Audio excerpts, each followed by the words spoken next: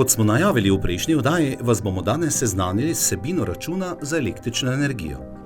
Pa se najprej pogledamo, kako izgleda račun za porabljeno električno energijo, kaj vse plačamo in kje se lahko pozna varčevanje s porabo. Poglejmo najprej, koliko elektrike smo porabili.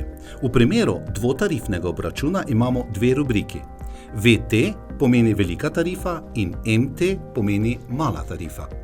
V primeru enotarifnega merjenja imamo napisano ET, kar pomeni enotna tarifa. V stolpcu količina pa je zapisan najpomembnejši podatek in to je, koliko elektrike smo porabili. Enota mere je kilovatna ura oziroma kilovatne ure. Sledi vrstica, kjer piše skupaj električna energija. To je seštevek stroškov neposredne porabe elektrike po obeh tarifah, to je po VT in MT.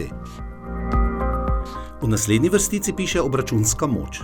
Če imamo, kot na tem računu, zakupljeno 7 kW razpoložljive moči, je to ta znesek, ki pa ni odvisen od porabljene električne energije.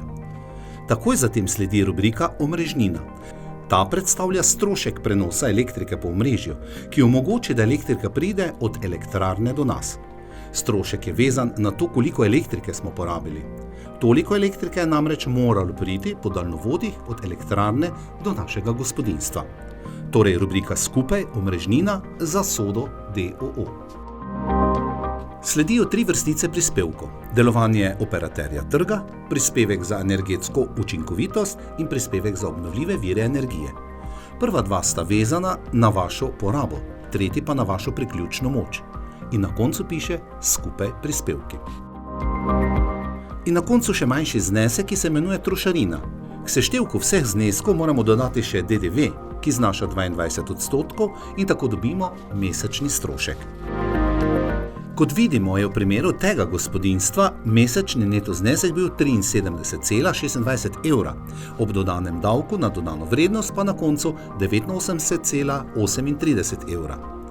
In koliko bi bil mesečni strošek, če bi privarčevali 20, 30 ali morda celo 40% energije?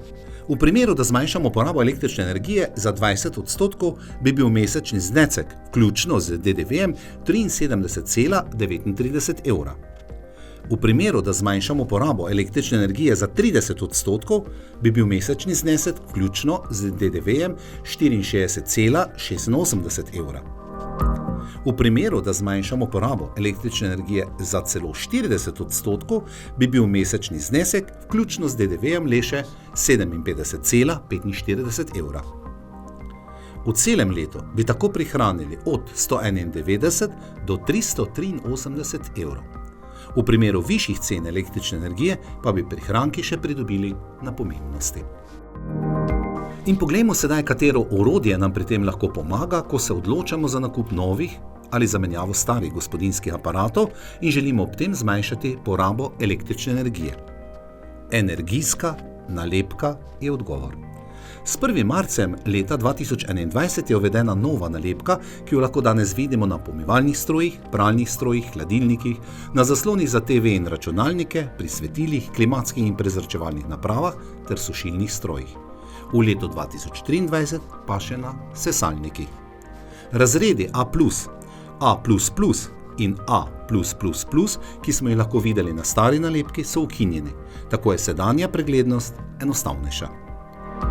Pri nakupu električnih gospodinjskih naprav in aparatov vedno poglejte energijsko nalepko ter se odločite varčno. V naslednji oddaji pa vam povemo nekaj o ogrevanju vašega doma, o toplotnih izgubah v vaših domovih ter seveda nekaj nasvetov, kako zmanjšati le-te.